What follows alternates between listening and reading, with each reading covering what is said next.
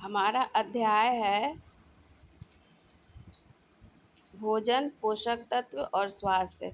पोषक तत्व क्या है? तो पोषक तत्व भोजन के अच्छे भाग जो हम खा रहे होते हैं भोजन, उसमें जो अच्छे भाग होते हैं उसको हम पोषक तत्व कहते हैं। पोषक तत्व हमारे शरीर को ऊर्जा प्राप्त करने, बढ़ने और स्वस्थ रहने के लिए बहुत ज़रूरी होते हैं। पोषक तत्व हमारे शरीर में मुख्यतः 6 प्रकार के होते हैं पोषक तत्व।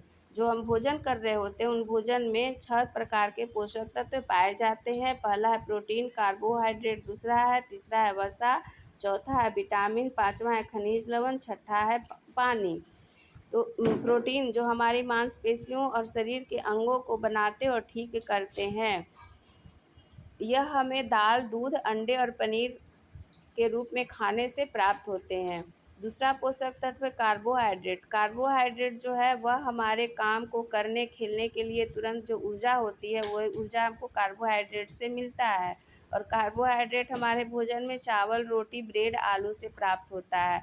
तीसरा है वसा। वसा जो है वह ऊर्जा को जमा करते हैं हम, और हमारे शरीर के अंगों की रक्षा यह वसा ही करता है।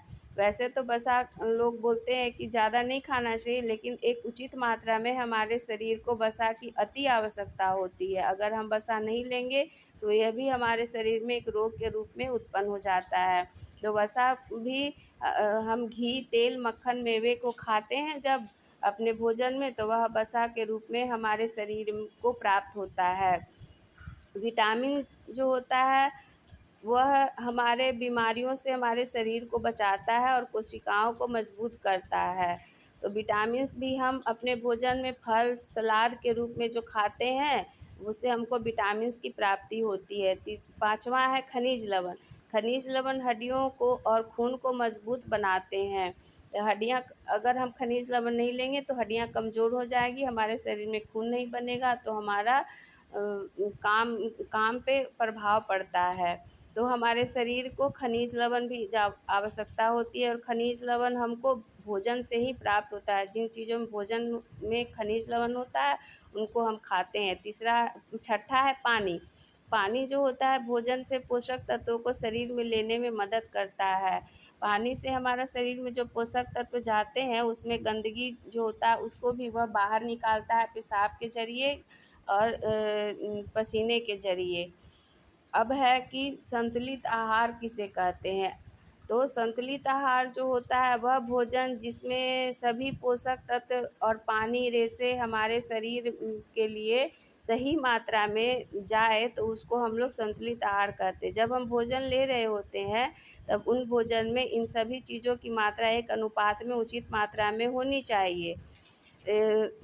अब याद रखने वाली बात ये है यहाँ पर कि हर व्यक्ति के लिए अलग-अलग संतुलित आहार होता है।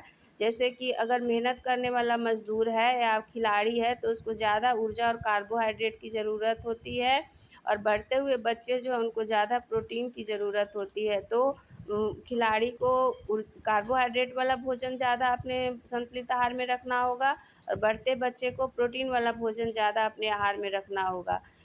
और ये संतुलित आहार जो है वह हम अपने साधारण भोजन से प्राप्त करते, ज़रूरी नहीं कि हम महंगा भोजन ही करें। हम सिंपली साधारणतया दाल, चावल, रोटी और सब्ज़ी, सलाद, हरी सब्जियां जो खाते हैं, फल खाते हैं, उन सभी चीज़ों को हम उचित मात्रा में हर दिन खा करके अपने साधारण से भोजन से भी हम संतुलित आहार को प्राप्त कर सकते हैं। और रेशा जो है वह हमारे पाचन क्रिया में मदद करता है। जैसे पानी हमारे पोषक तत्वों को पूरे शरीर में फैलाता है, तो वैसे ही रेशा जो है वह हमारे जो हम भोजन करते हैं उस चीज़ को हमारे शरीर में पचाने में मदद करता है। तो इसलिए रेशा भी हमारे शरीर के लिए बहुत ही ज़रूरी है। अगर हम इन पोषक तत्वों को नहीं लेते हैं तो हमारे शरीर में न्यूनता का रोग हो जाता है, वह रोग लक्षण के रूप में दिखने लगता है। जब वे रोग होते हैं तो हम लंबे समय तक अपने पोषक तत्वों की कमी कर लेते हैं। अपने संतुलित आहार में लंबे समय तक हम पोषक तत्व नहीं लेते हैं तो वह रोग के रूप में हमारे शरीर में दिखने लगता है। अगर विटामिन ए हम अपने भोजन में नहीं लेंगे तो रतौंधी का रोग हो जाएगा, जो हमको रात में ठीक से नहीं दिखाई देगा। अगर विटामिन बी की कमी हो जाती है हमारे शरीर में तो बेरी का रोग हो जाता है और हमारी मांसपेशियाँ कमज़ोर हो जाती हैं। तो हम समझते हैं कि विटामिन बी1 की कमी हो गई है और हम अपने भोजन में विटामिन बी1 को बढ़ा देंगे तो हम इस रोग से मुक्त हो जाते हैं। उसी तरह विटामिन सी की कमी अगर हो जाती है हमारे शरीर में तो स्कर्वी रोग के हम शिकार हो जाते हैं और हमें ये दिखेगा कि लक्षण के रूप में वो है कि मसूड़ों में खून आने लगता है। तीस और है विटामिन डी। अगर विटामिन डी की कमी हो जाती है हमारे शरीर में तो रिटेक्स हो जाता है, इससे हड्डियाँ हमारी नरम भी हो जाती है और नरम होने की वजह से वो टेढ़ी भी हो जाती हैं।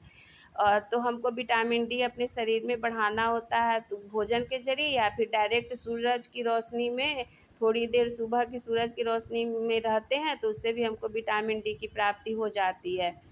कैल्शियम की कमी से हड्डियाँ कमज़ोर हो जाती हैं और दांतों में सड़न होने लगता है। आयोडीन की कमी से घेंघा होता है जो गर्दन की ग्रंथियाँ सूज जाती है।